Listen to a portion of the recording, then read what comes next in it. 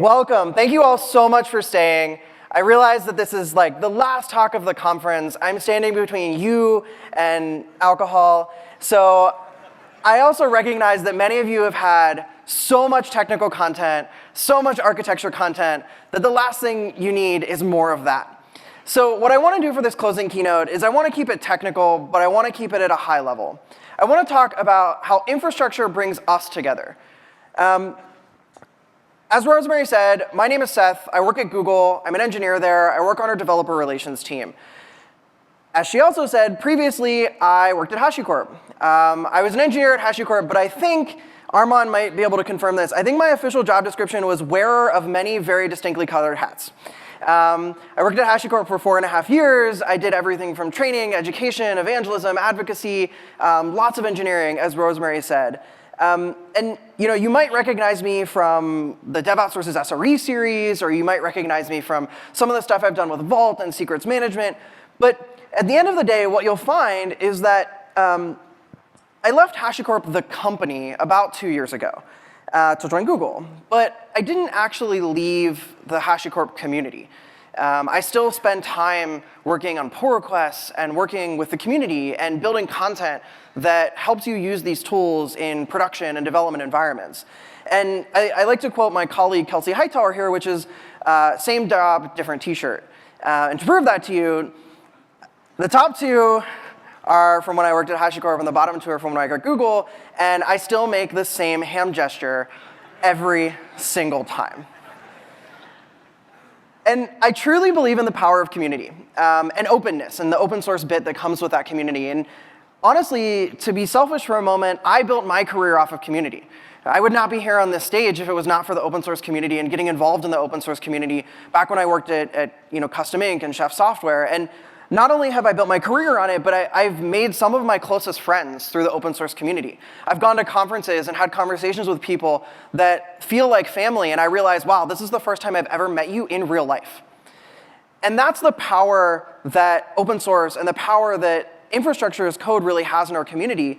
And tools like Terraform enable us to collaborate in almost a whole new language and in a new way that fundamentally changes the way we as a community and we as an industry operate. So to that end, I could stand up here and give you all of the things that my marketing organization wants me to talk about. But I don't want to do that. I don't want to stand up here and tout amazing metrics like we added 64 new resources to our Google Terraform provider. That's a 137% increase in coverage since last HashiConf. I don't want to stand up here and say that we've seen a 404% increase in Terraform adoption. It's actually 404. I did the math, right? It's not found. It's actually 404% increase. Most amazingly, Vault usage is up almost 500% since last year at this time.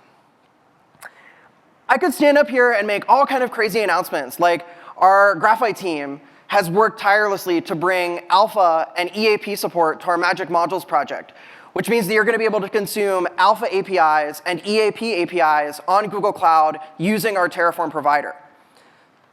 But I don't want to do any of that. I want instead for you to forget. I work for a cloud vendor, but I want you to forget for a moment that Google's a cloud provider, a vendor, a sponsor.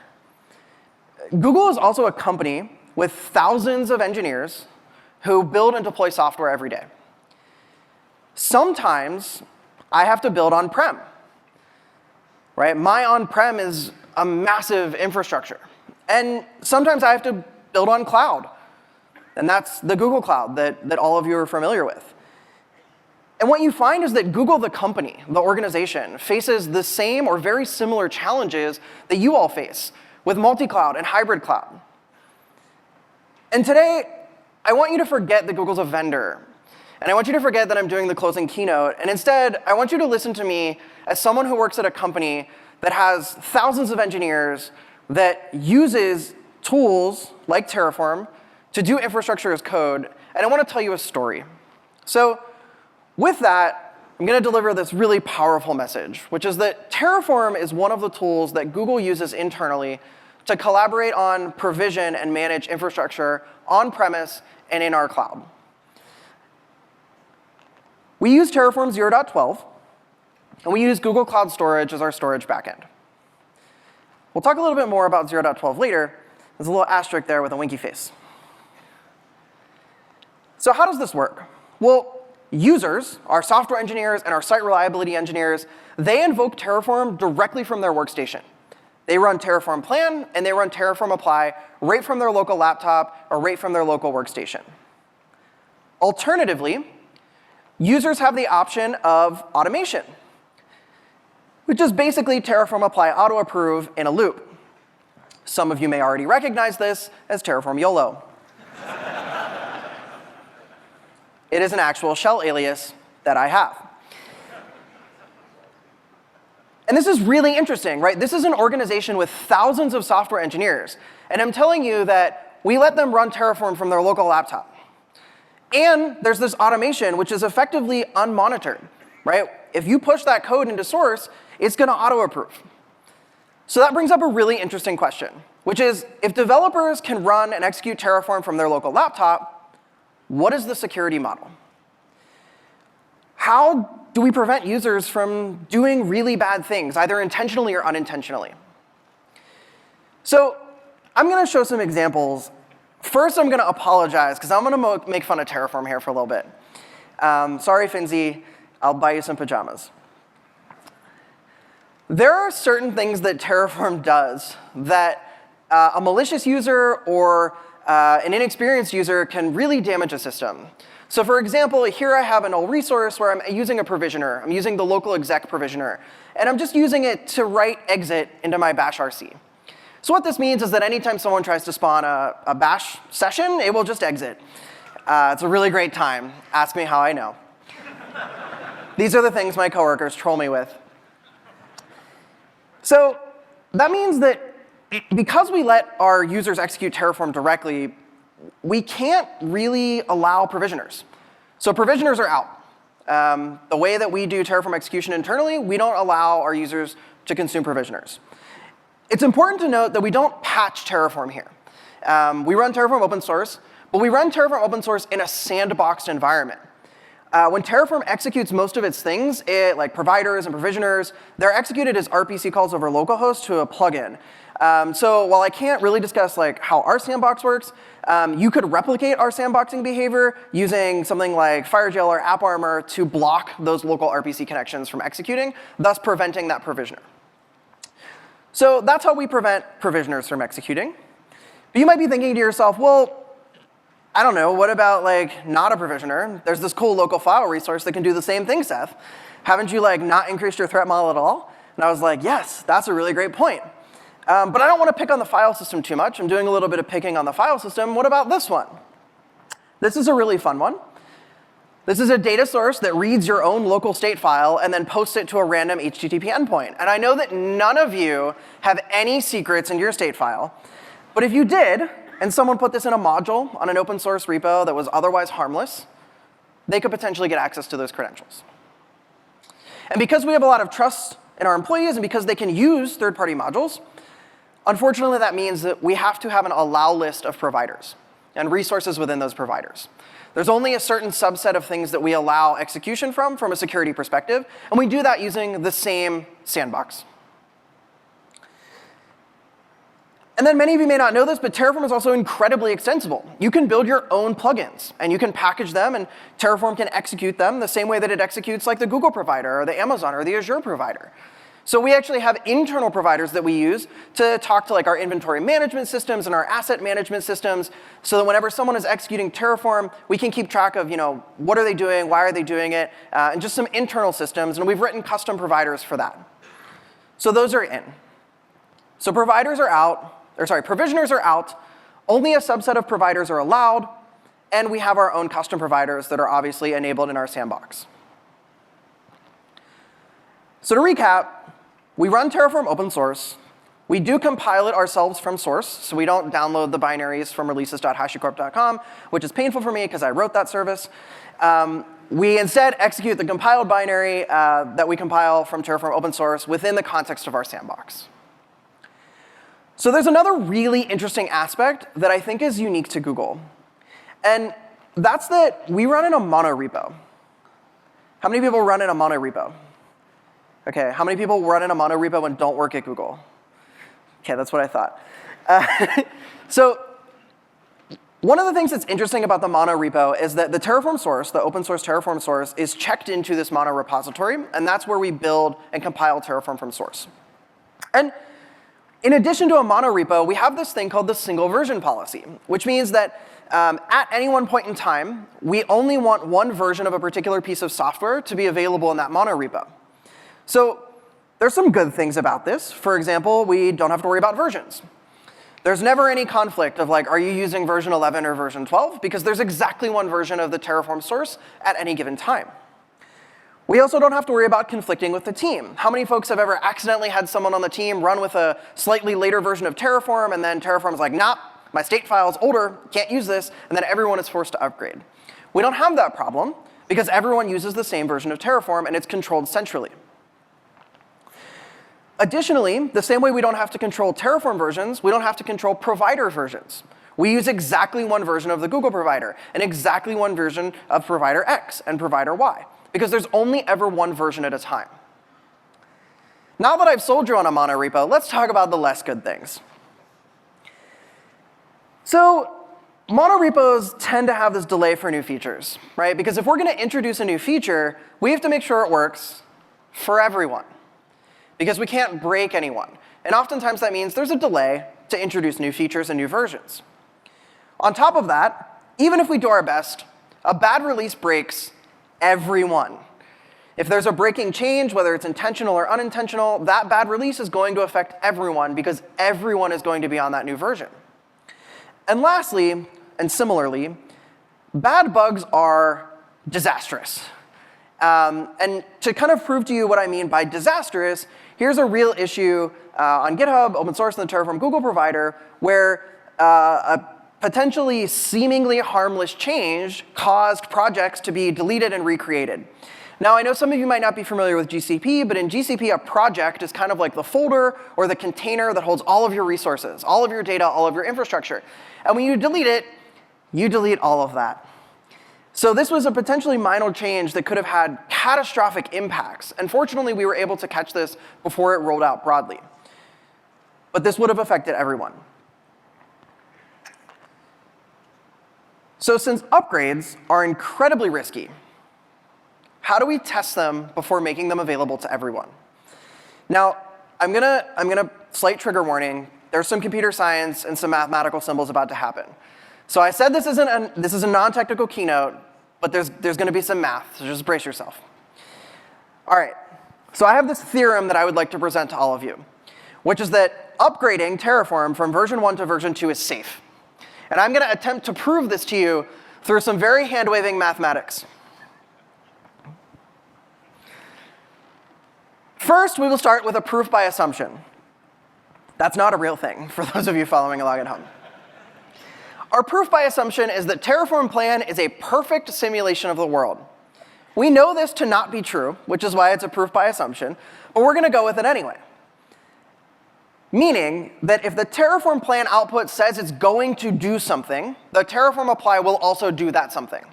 That's this proof by assumption that we make.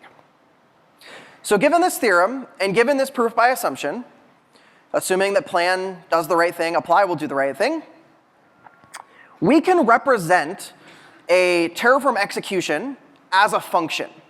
So if we imagine that Terraform plan is a function that you're calling from your code, the input to that function is its configuration, the set of Terraform files that it's consuming.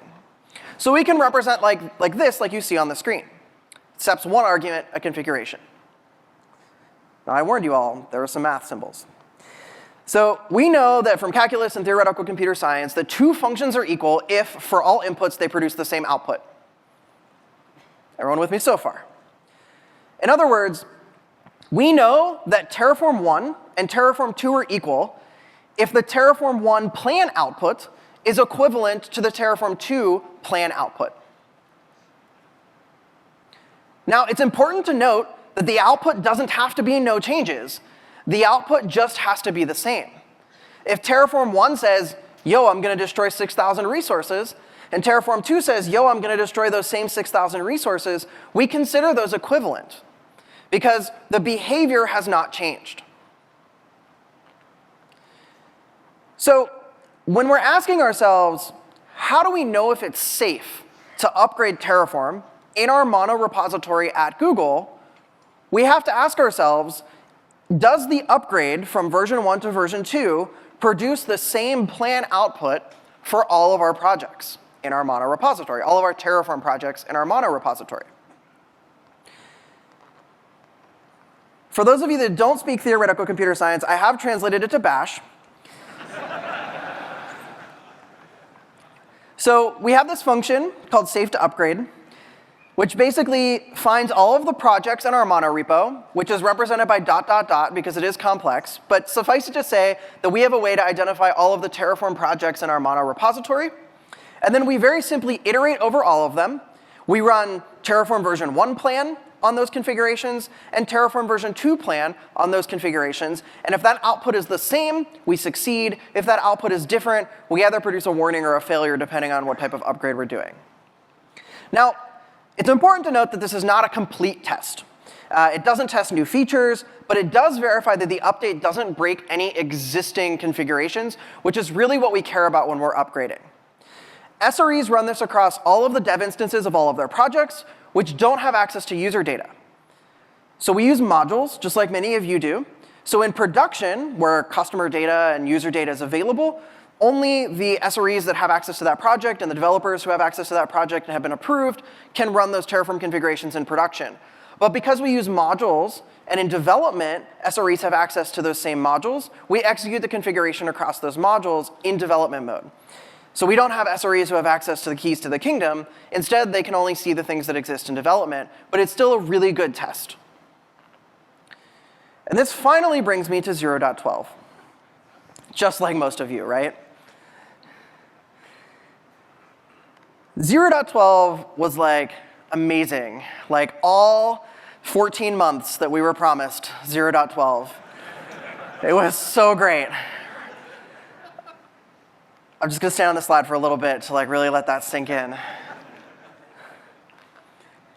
And we had a plan. Because just like many of your users, internal users, and many of you were like, man, I can't wait to use that new 0.12 feature. We had users internally that were like, when is 0.12 coming? I'm on that D list. It was annoying. And we came up with this plan. They're like, all right, we're going to run 0.12 checklist, which is the Terraform 0.12 checklist command. We're going to run it across all of our internal repositories. We're going to make sure that it works. And anyone that it's not working for, we're going to work with those teams to figure out what they need to do to upgrade. Then we're going to provide 0.11 and 0.12 binaries to our users. Now note, we're only providing the binary, not the source code. I'll talk about this more in detail in a little bit. But our single version policy applies to source code, not necessarily to binaries. We're going to continue patching Terraform configurations in our mono repository until the 0.12 upgrade command succeeds. Then we're going to go to all of the users and send out an MSA and say, hey, it's time to upgrade. Then we're going to switch the default from 0.11 to 0.12 and deprecate 0.11. And that journey looked something like this, as you can see on the slide.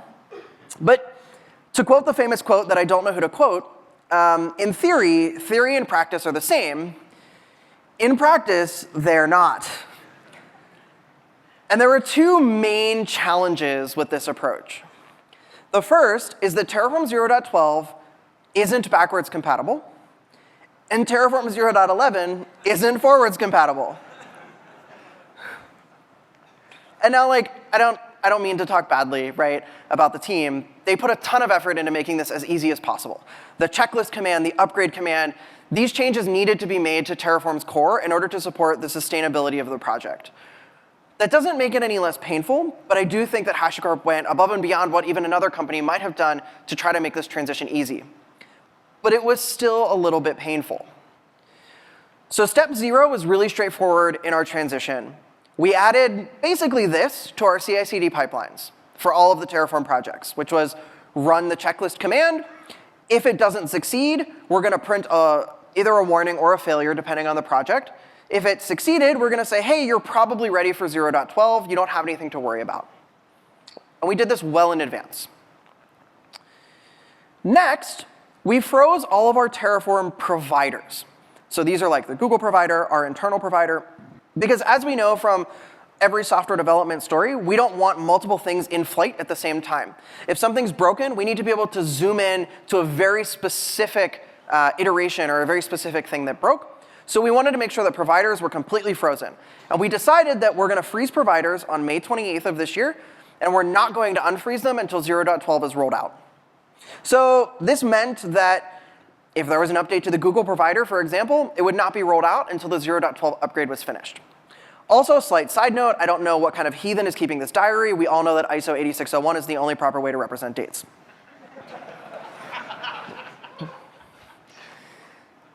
So on June 11th, we started making many LSCs, large-scale code changes, to prepare projects for Terraform 0.11, or for 0.12, while 0.11 is still the default.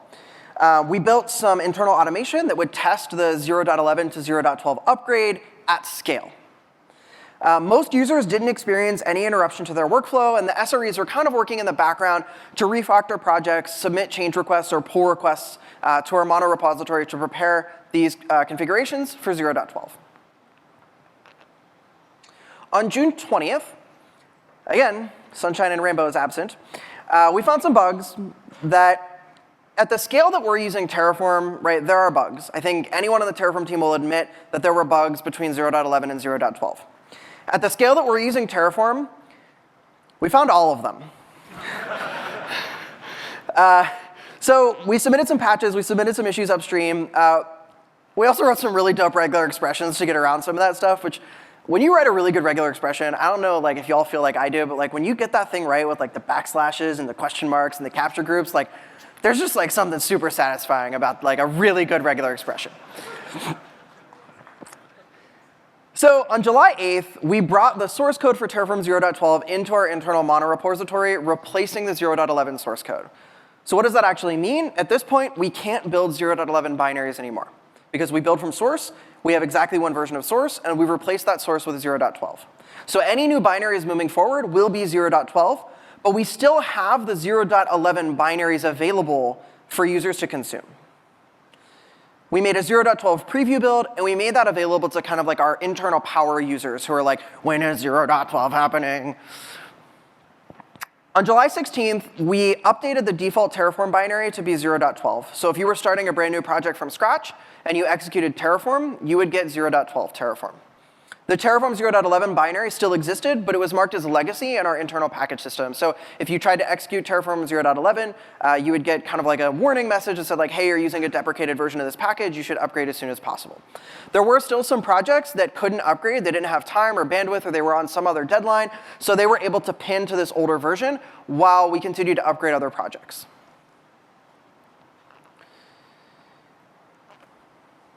On July 26th, we made 0.12 officially available for use in automation systems. That's our Terraform YOLO.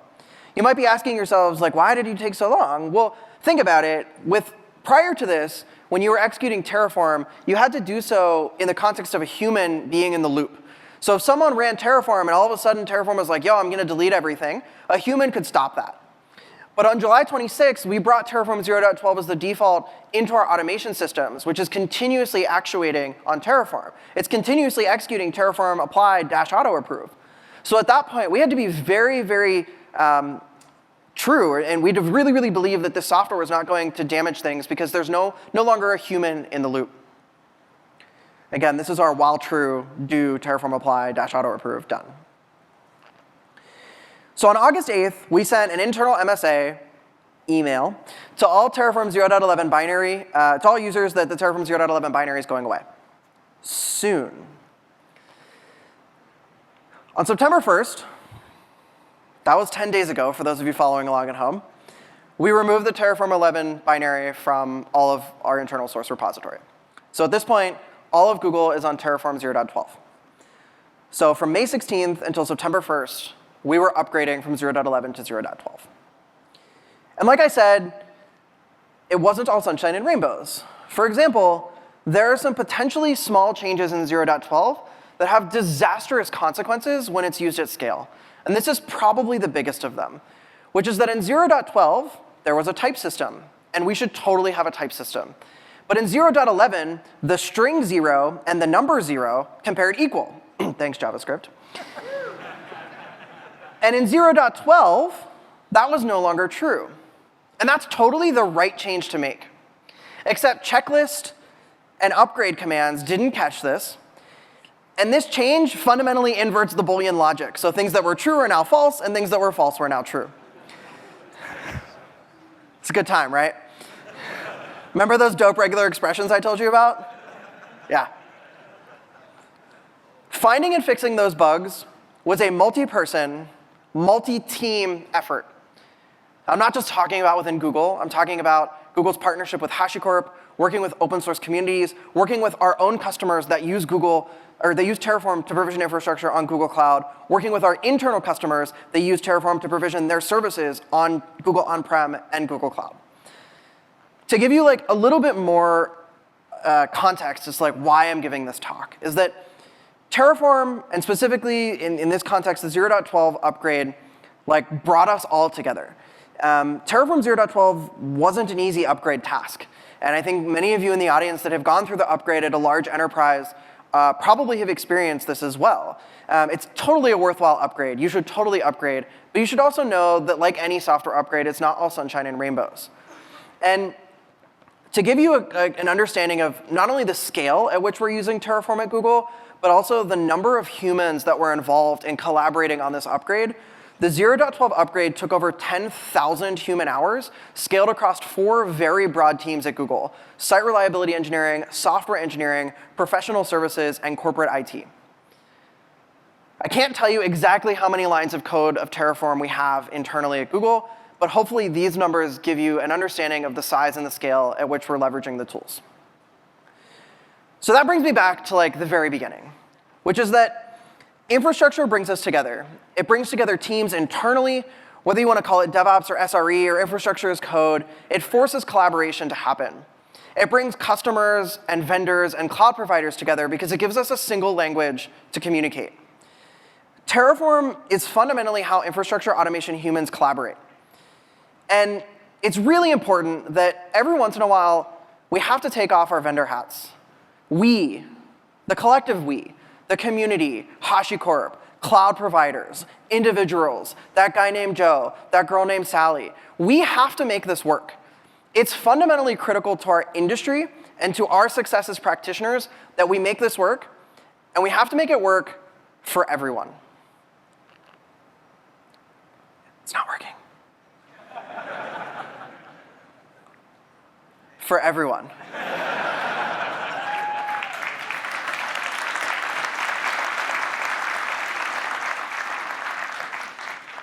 Thank you all so much.